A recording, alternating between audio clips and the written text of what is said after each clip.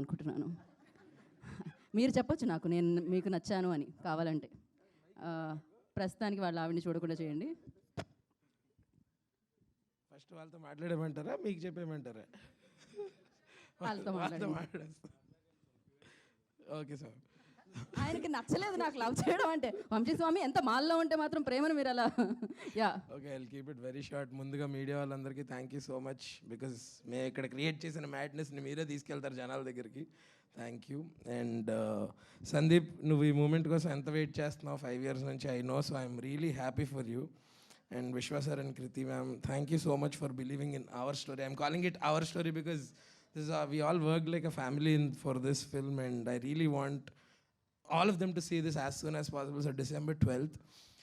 Pesarattu upma, gulab jamun, ice cream ఎలాగో సందీప్ కాలభైరవ అలాగా అనమాట. ఆ ఇద్దరు combination is a match made in heaven, and I'm excited for that combination. మళ్ళీ కలర్ ఫోటో తర్వాత ఆ కాంబినేషన్ వస్తుంది అంటే జనాల కోసం నేను ఎక్సైటెడ్గా ఉన్నాను.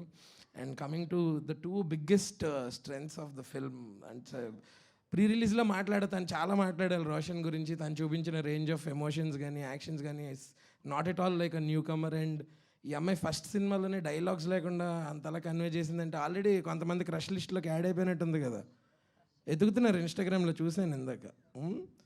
ఓకే, నేను ఆ అమ్మాయి ఇన్స్టాగ్రామ్ చూడాల, మన వాళ్ళు చూస్తుంది చూసా. ఈ డౌట్లు తగ్గించండి మీరు.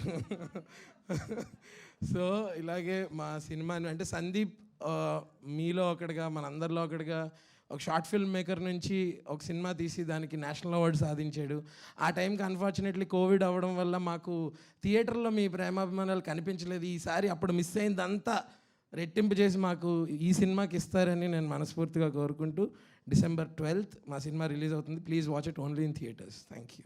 హలో, మీరు అలా వెళ్ళిపోకండి. ఇంతకీ ఈ సినిమాలో రోషన్కి కాలు నొప్పి వస్తుంది. పాపం, అందుకనే నేను లేకపోతే మైక్ వదులుతాను. నేను ఈ సినిమాలో మీరేం చేస్తున్నారు? ఈ సినిమాలో చాలా చేస్తాను నేను, నాతో కూడా చాలా చేస్తారు వాళ్ళు. ఆయన అడగండి ఏమేం చేయించాడు. ఈ సినిమాలో మీకు గర్ల్ ఫ్రెండ్ ఉందా? ఆయన అడగండి. అంటే నేను చెప్పొచ్చో చెప్పకూడదు తెలీదు. మీ ఎగ్జామ్ లో ప్రశ్నలు ఆయన ఆన్సర్లు ఎలా రాస్తారు? సిలబస్ ఇచ్చింది ఆయనే కదా. అంటే టీచరే ఎగ్జామ్ రాయాలి అని చెప్తున్నారు స్టూడెంట్. ఇప్పుడు నాకు అర్థమైంది.